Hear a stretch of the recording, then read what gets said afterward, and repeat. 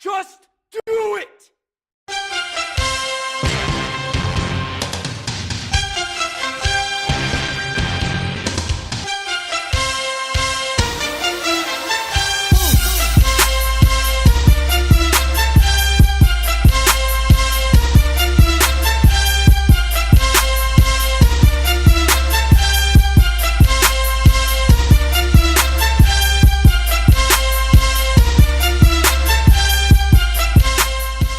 Hey y'all, welcome back. Welcome to another episode of Fanalyst. I'm Fanalyst. And this your boy Authentic.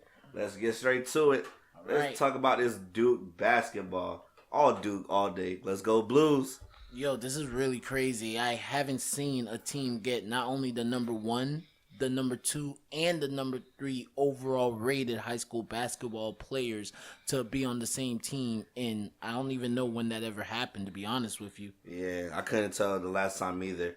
It's crazy. Everybody was talking about Zion Williams going to South Carolina, Clemson, or Kentucky. That boy don't want no problems. That boy don't want to be the focus of a program. He wants to go play with other great players and learn from the best, which is Coach K. But also, let's talk about how they're all three at the same position. Zion's a 6'6", 250-pound athletic freak.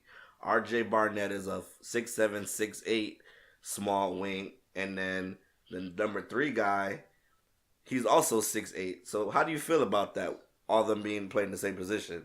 It's going to be very interesting for Coach K to work with, but we already know he's one of the greatest NBA minds. Well, let me not say NBA, basketball minds that we know to this day. So he might be able to make something work with them where they can have them range from the 2 to the 4 positions and possibly rotate Zion from the 3 and the 4. But it's going to be something very interesting for us to watch because they do have that top 10 recruit point guard as well, do they not? Yeah, China Jones. He's definitely going to take over for this last year's freshman, Duval, and the rest of these guys. But also, let's talk about this top 3. Yeah, Zion, I feel like he could play the 4. I call him like an undersized Julian Randle. Very athletic, but undersized. Really can't shoot well, but will develop over time. And then Barnett, I'll start him at the 3 in the top 3, dude. I'll put him at the 2. If not, I'll have the top 2, the number 3 guy come off the bench and be a great 6-man and start Trayon Jones at the 1, which he is going to do after he takes over for Duval. And that's something I can't wait to see, to be honest with you. So, honestly, it looks like Duke is the favorite for not only this year's championship, looking like next year and years to come. Yeah. Let's just talk about this as well. Has Duke Coach K surpassed John Calipari as the new great one-and-done recruiter? Because as you can see, he's gotten the last few number 1 overall players, and they've turned into championship. Last one was Jaleel Okafor, Tyus Jones, and Justice Winslow. That was a freshman group of players that led them, with Grayson Allen, I might add, who's a senior now. I mean, this Duke Coach K's done it all. Calipari's last few players he's recruited, they don't look like the players of old. I'm just saying. Well, to be honest, it looked like the threat of Kentucky Blues is now gone because they're not really a threat anymore. They're outside of the top 25. When you're looking at Duke, their players are coming out with a bigger impact than most of Calipari's recent players have been. So Duke right now, I would have to say that Coach K is surpassing Calipari. So Duke is doing their thing. Right now, I believe they're ranked number 3? I think for Purdue and Virginia round out the top 3 with Villanova. Oh, yes, with Villanova. But even so, they go against tough competition year in, year out. They're always consistently up amongst the top 5, among the best of the best. And Coach K is still managing this team and giving them the maturity for them to develop into the NBA in years to come. And let's talk about that. Let's talk about some of these early draft prospects. Let's talk about one of my favorites. You know, I'm all about the guard play, but I'm also going to talk about another guy who's clearly, to me, the number 1 pick, which is Marvin Bagley III, and to me, Trae Young. Those two freshmen to me have had the best years I've ever seen, probably since maybe Durant and Odin's freshman year. Yeah, they are doing incredible numbers right now. Bagley is looking like NBA pro already. And didn't they say he skipped a year in high school? Supposed to be a senior in high school right now. That's ridiculous. The way that he's playing grown man ball against some of these players make no sense. He's doing everything right. The only thing that I would have to say he needs to develop is more of an outside shot. But right now he's doing incredible things.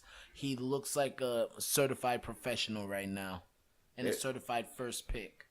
David Robinson even said, I've never seen a player more patient since Tim Duncan. And we see what Tim Duncan turned out to be. But let's go to the guard play. This man has been lighting up the stat sheet all year. That boy Trae Young leads the nation in points and assists at 30 a game and 10 assists a game. Have you ever seen numbers like that? It's ridiculous. Not for college stats. It makes no sense how they're developing and how he's playing and facilitating the ball as a true freshman. Nobody expected Oklahoma to be such a threat with just one 5-star player changing the culture and environment for Oklahoma. He's doing everything right. A lot of people say he reminds them of Steph Curry. I don't want to go that far, but he has that it factor that we haven't seen in a long time when it comes to college players. And that's the one thing I can say about Trae Young. Yeah, Trae Young definitely. Steph Curry, I feel like college-wise, he's a better playmaker than Steph Curry ever was. The shot-wise, Steph Curry still has, to me, one of the deadliest college shots. But it's there. People. And so sad for Bill Self and John Calipari because Trae Young actually said it was actually down to Kentucky and Kansas. So just look what Kentucky would have been with that diaper dandies they have with Trae Young. They'd probably be top 5 right now. Exactly, easily top 5 because there's a lot of holes when it comes to their guard play in Kentucky and the SEC. Didn't they just recently lose to Florida at home? It makes no sense. They lost to 3 straight, actually. Wow, it's sad what they're going through. With Trae Young, definitely a slump like that wouldn't have happened with him facilitating the ball for Calipari's offense. I mean, don't get too hard on the Kentucky Wildcats, though. They got some young boys that are definitely NBA body, but who knows if they're NBA ready. But like I said, to me, Marvin Bagley and Trae Young are the most definitely NBA players ready. But I'm going to definitely give y'all my sleepers before it's over. Definitely, he's my favorite, Grayson Allen. The man just gets buckets, ladies and gentlemen. He's proven over and over again. I don't care about this whole tripping thing. He gets buckets. Athletic, 2-guard, can get his shot up anytime. Great player. And also, do not sleep on Devontae Graham from Kansas. And also, don't sleep on Gary Trent Jr. from Duke. He reminds me of a Courtney Lee. Great on-the-ball defense and great outside 3.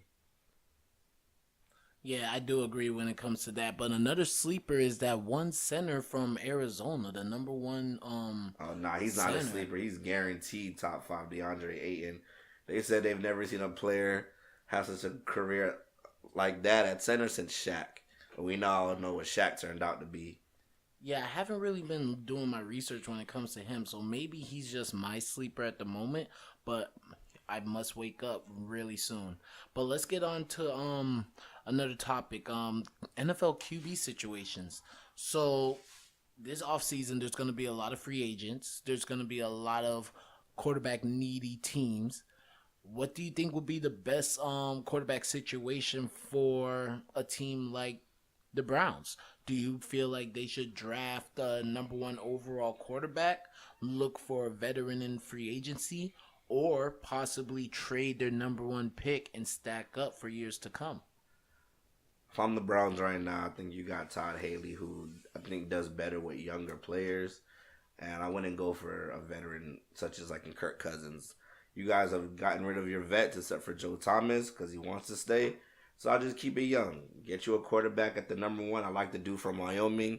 You know how I feel. I hope they pass up on him and the Giants can pick him up. And then at number 4, you get Barkley. Build that offense up. You've already done well in the defense. And you just keep rebuilding. This team all anybody can do is go butt up. That's it. I do agree when it comes to that. But what I feel, because they do have the number 1 and number 4 overall pick, I feel maybe they can trade their number 1 pick to a team such as the Washington Redskins, who may need to reach for a number 1 overall pick, fearing the departure of Kirk Cousins. And with the number 4 pick and whichever picks they get in that trade, they could get a quarterback like Sam Darnold if that gets passed up and blessed to them. They could even go get the Wyoming quarterback, as you said, or they could just stack up with their defense or get some more skill set players. And then with the trade, they could possibly get somebody like a Lamar Jackson.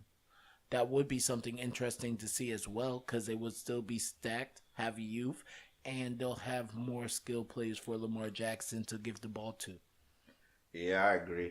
I mean, NFL is all about quarterback play now, and a lot of these teams need quarterback. The Browns, Giants, I still feel like we should keep Eli and just let the rookie learn behind him. And yeah, those are the 2 biggest teams right now that definitely need quarterbacks. And if I'm all these other teams, I think this is probably the best quarterback draft we haven't seen since '04.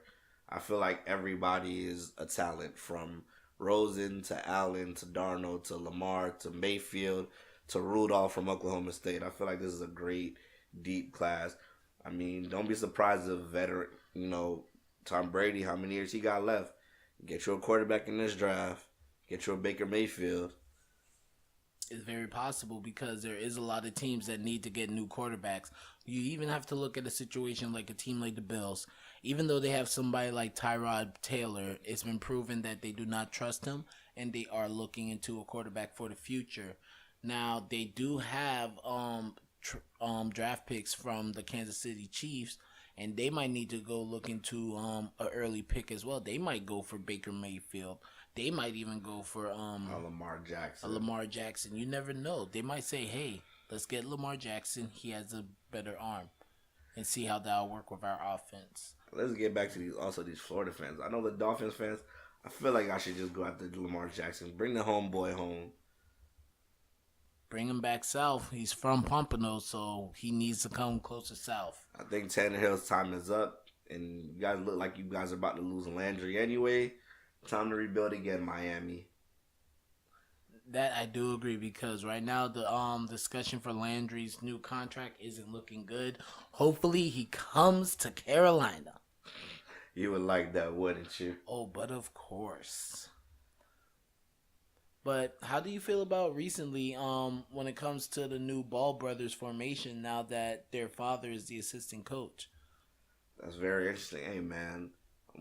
LeVar Ball keeps winning.